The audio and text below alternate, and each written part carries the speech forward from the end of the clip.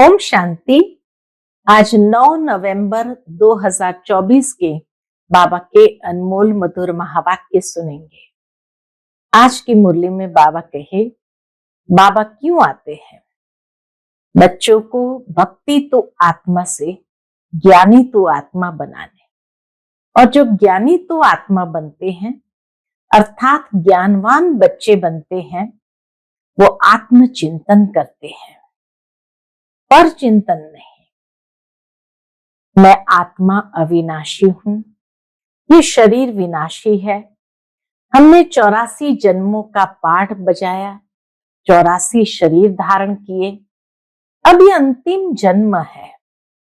आत्मा कभी छोटी बड़ी नहीं होते, इस तरह से चिंतन करते हैं।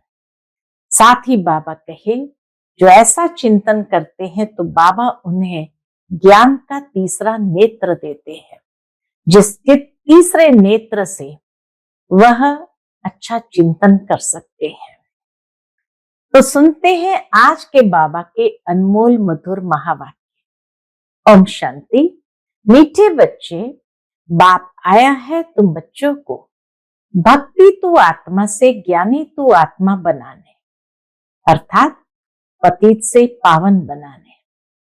आज की मुरली से प्रश्न है, ज्ञानवान बच्चे किस चिंतन में सदा रहते हैं? उत्तर, ज्ञानवान बच्चे, मैं अविनाशी आत्मा हूं, यह शरीर विनाशी है। मैंने 84 शरीर धारण किए हैं। अब यह अंतिम जन्म है। आत्मा कभी छोटी बड़ी नहीं होती है, शरीर ही छोटा बड़ा होता है।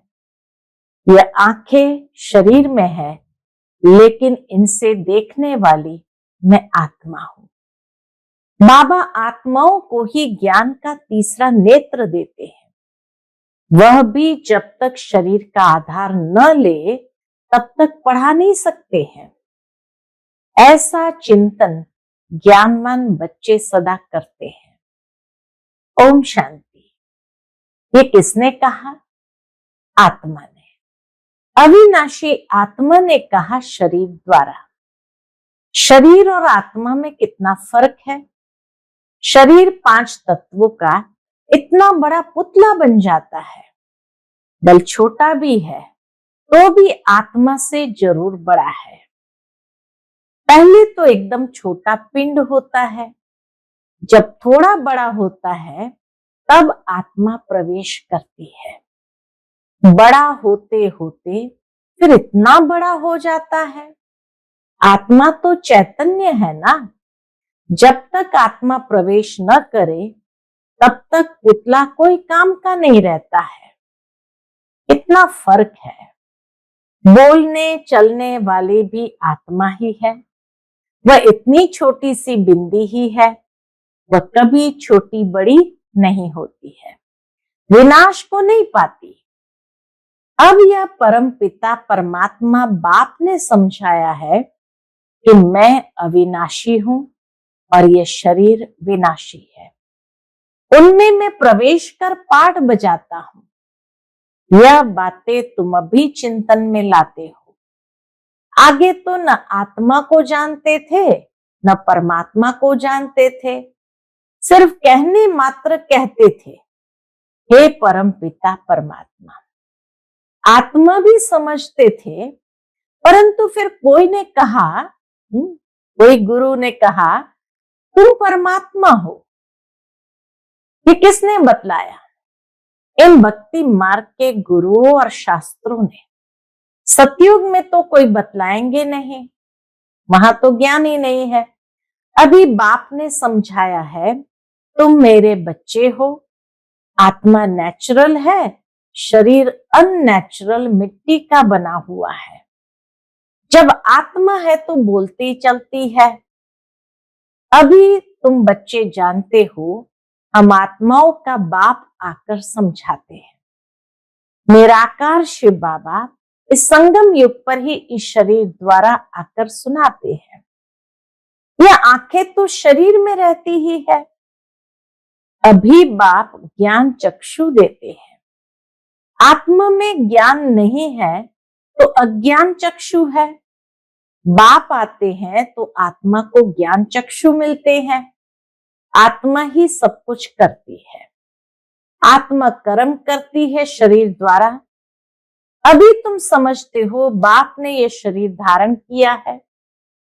अपना भी राज बताते हैं, सृष्टि के आदि मध्य अंत का राज भी बताते हैं, सारे नाटक का भी नॉलेज देते हैं।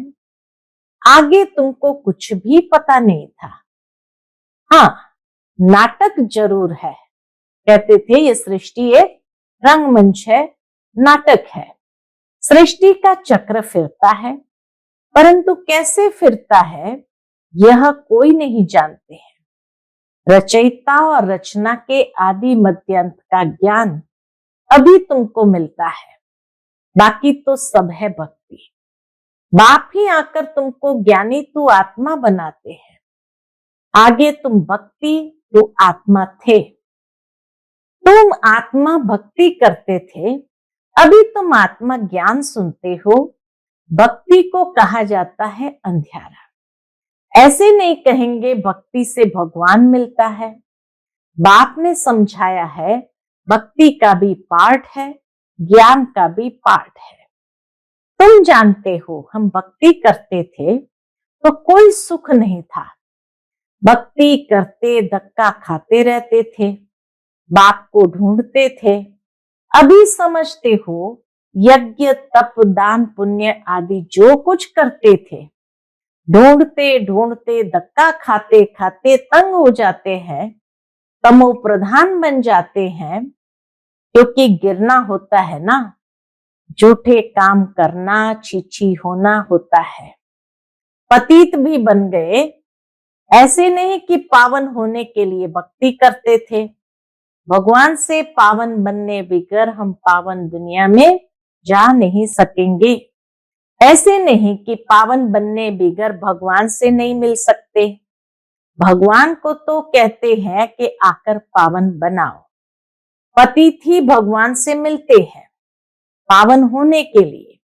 पावन से तो भगवान मिलता नहीं।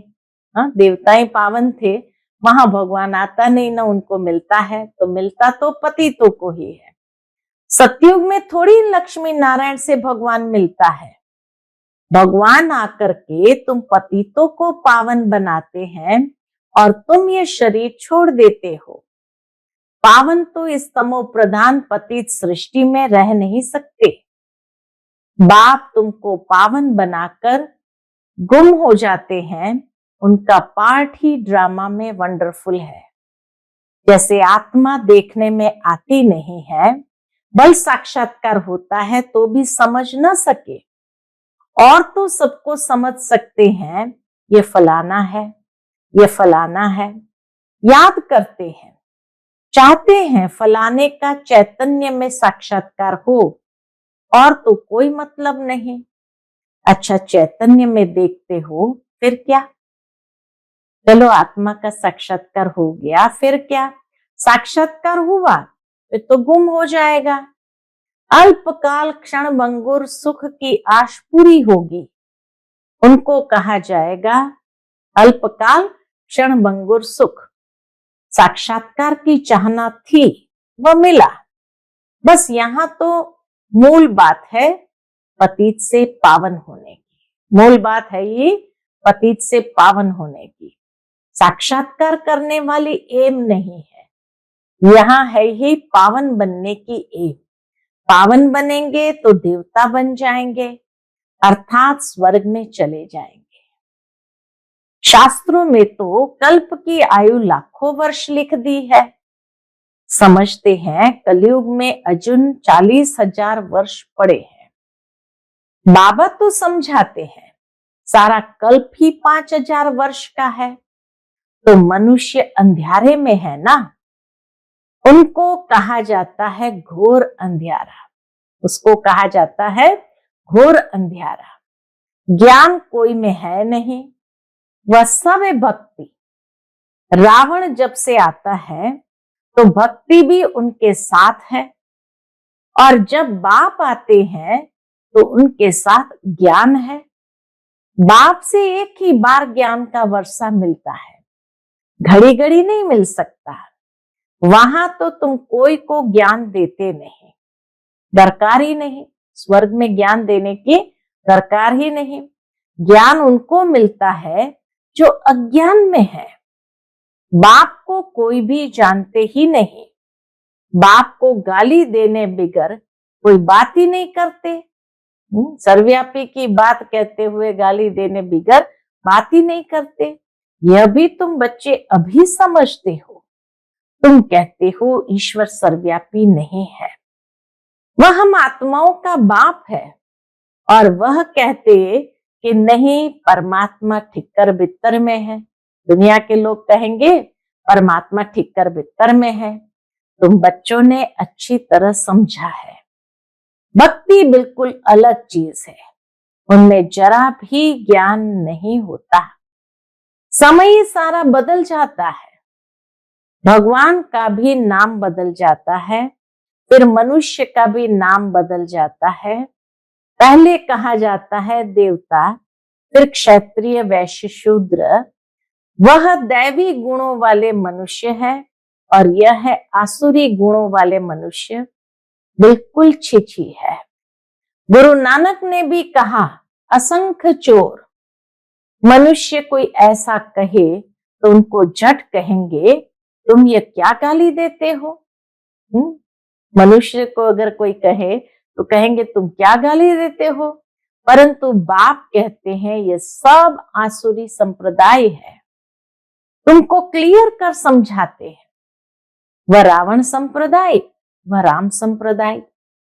गांधी जी भी कहते थे हमको राम राज्य चाहिए। राम राज्य में सब निर्विकारी है और रावण राज्य में सब विकारी है। इनका नाम ही है वैश्यालय, रौरव नरक है ना। इस समय के मनुष्य विषय वैतरणी नदी में पड़े हुए हैं। मनुष्य, जानवर आदि सब एक समान है। मनुष्य की कोई महिमा नहीं है।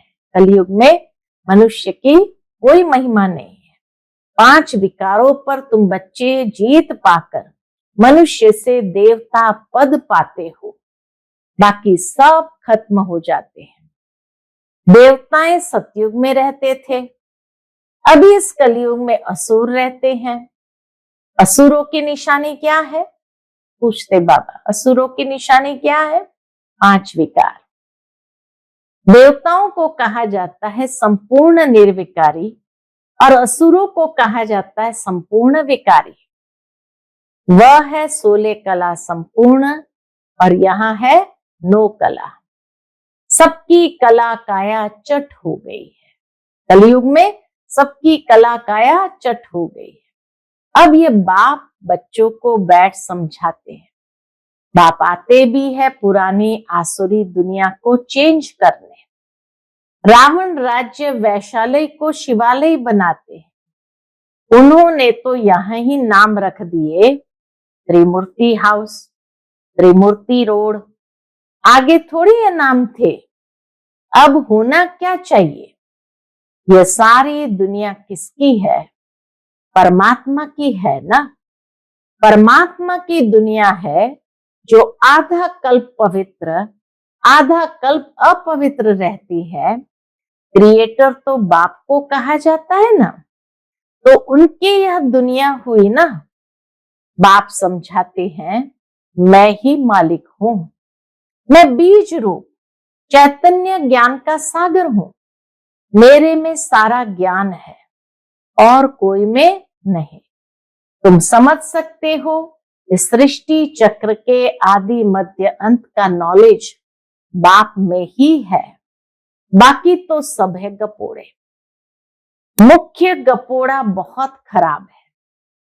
मुख्य गपोड़ा बहुत खराब है, जिसके लिए बाप उल्हना देते हैं।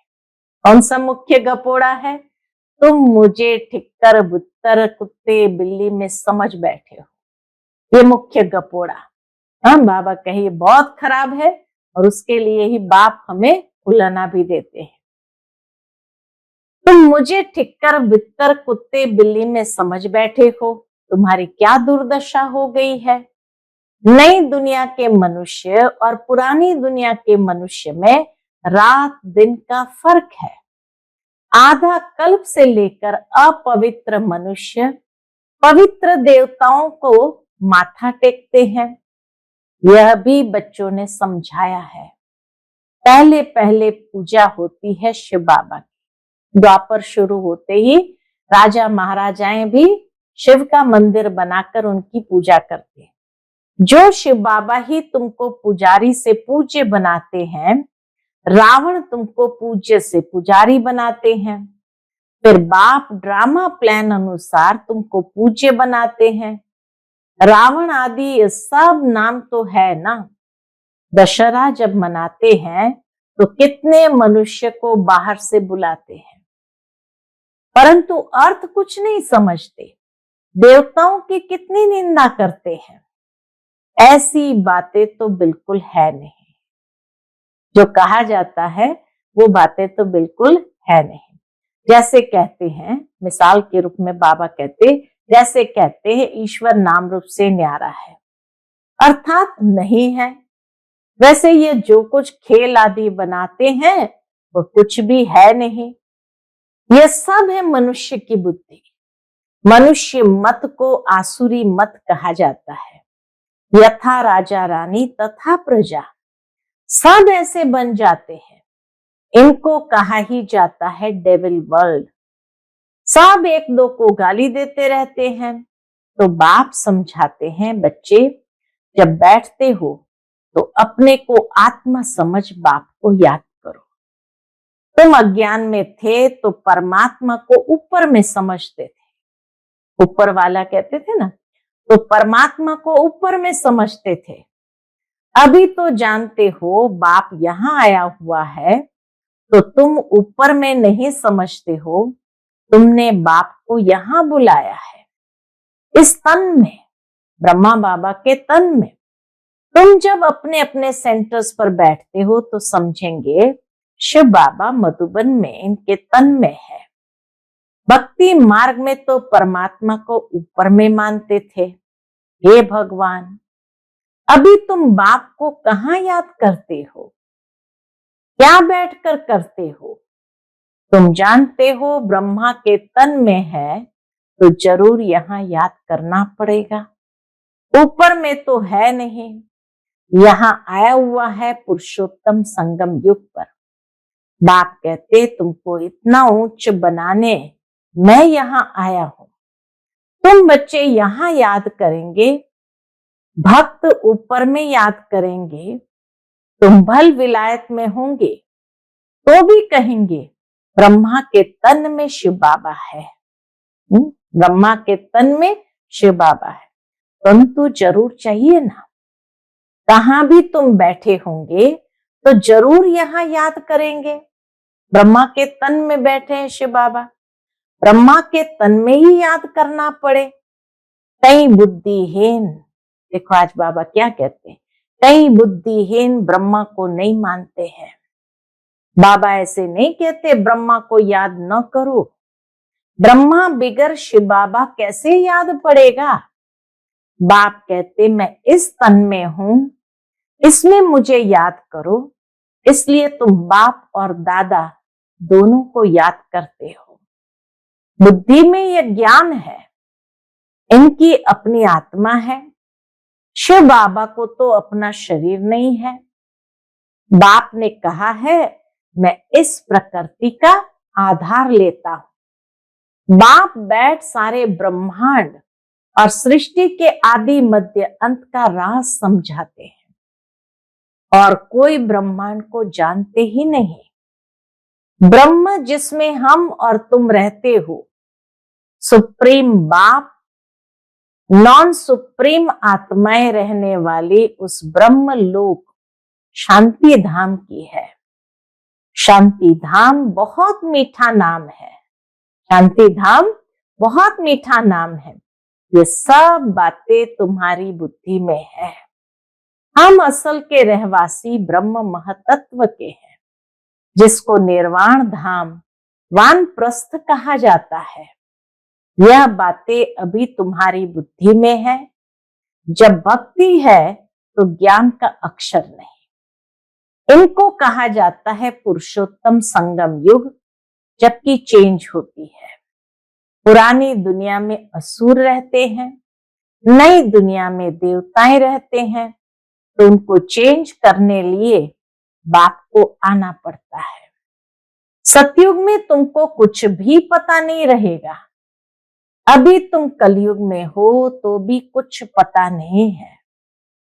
जब नई दुनिया में होंगे तो भी इस पुरानी दुनिया का कुछ भी पता नहीं होगा। सतयुग में जाने के बाद इस दुनिया की सारी स्मृति लुप्त हो जाती है। अभी पुरानी दुनिया में हो तो नई का मालूम नहीं है। नई दुनिया कब थी पता नहीं, वह तो लाखों वर्ष कह देते हैं। तुम बच्चे जानते हो, बाप इस संगम युग पर ही कल्प कल्प आते हैं, आकर इस वैरायटी झाड़ का राज समझाते हैं। और यह चक्र कैसे फिरता है वह भी तुम बच्चों को समझाते हैं। तुम्हारा धंधा ही है ये समझाने का। अब एक एक को समझाने से तो बहुत टाइम लग जाए, इसलिए अभी तुम बहुतों को समझाते हो, बहुत समझते हैं। ये मीठी मीठी बातें फिर बहुतों को समझानी है। तुम प्रदर्शनी आदि में समझाते हो ना, अब शिव जयंती पर और भी अच्छी रीति बहुतों को बुलाकर समझाना है। खेल की ड्यूरेशन कितनी है तुम तो एक्यूरेट बताएंगे। यह टॉपिक्स हुई, हम भी यह समझाएंगे। तुमको बाप समझाते हैं ना, जिससे तुम देवता बनते हो। बाबा समझाते हैं, जिसको समझकर तुम देवता बन जाते हो। जैसे तुम समझकर देवता बनते हो, वैसे औरों को भी बनाते हो। बाप ने हमको यह समझाया है। हम किसकी ग्लानि आदि नहीं करते हैं। हम बतलाते हैं, ज्ञान को सदगति मार्ग कहा जाता है। एक सतगुरु ही है पार करने वाला। ऐसी ऐसी मुख्य पॉइंट्स निकाल कर समझाओ। यह सारा ज्ञान बाप के सिवाय कोई भी दे नहीं सकता है। एक बाबा ही ज्ञान का सागर है, जो हम सब बच्चों को इतना गहराई से एक एक बात समझाते हैं। अच्छा, मीठे मीठे सिकिलदे बच्चों प्रति माता पिता बाप दादा का याद प्यार और गुड मॉर्निंग। रूहानी बाप की रूहानी बच्चों को नमस्ते। हम सब रूहानी बच्चों की रूहानी माता पिता बाप दादा को याद प्यार, गुड मॉर्निंग और नमस्ते। नमस्ते, शुक्रिया बाबा, शुक्रिया। आज की मुरली से धारणा के लिए मुख्य सार। पहली पॉइंट, पुजारी से पूज्य बनने के लिए संपूर्ण निर्विकारी बनना है। ज्ञानवान बन स्वयं को स्वयं ही चेंज करना है। अल्पकाल सुख के पीछे नहीं जाना है। दूसरी पॉइंट, बाप और दादा दोनों को ही याद करना है। ब्रह्मा बिगर शिव बाबा याद आ नहीं सकता। भक्ति में ऊपर याद किया, अभी ब्रह्मा तन में आया है, तो दोनों ही याद आने चाहिए। आज का बाप दादा का मधुर वरदान हम बच्चों के प्रति है। हर कर्म में विजय का अटल निश्चय और नशा रखने वाले अधिकारी आत्मा भव। हर कर्म में विजय का अटल निश्चय और नशा रखने वाले अधिकारी आत्मा भव। विजय हमारा जन्म सिद्ध अधिकार है। इस स्मृति से सदा उड़ते चलो। कुछ भी हो जाए, ये स्मृति में लाओ कि मैं सदा विजयी हूं। क्या भी हो जाए, यह निश्चय अटल हो। नशे का आधार ही है निश्चय। नशे का आधार है ही निश्चय। निश्चय कम तो नशा कम। इसलिए कहते हैं निश्चय बुद्धि विजयी। निश्चय में कभी कभी वाले नहीं बनना। अविनाशी बाप है तो अविनाशी प्राप्ति के अधिकारी बनो। हर कर्म में विजय का निश्चय और नशा हो। हर कर्म में विजय का निश्चय और नशा हो। आज का स्लोगन है, बाप के स्नेह की छत्र छाया के नीचे रहो तो कोई भी विघ्न ठहर नहीं सकता। बाप के स्नेह की छत्र छाया के नीचे रहो तो कोई भी विघ्न ठहर नहीं सकता। अच्छा, ओम शांति।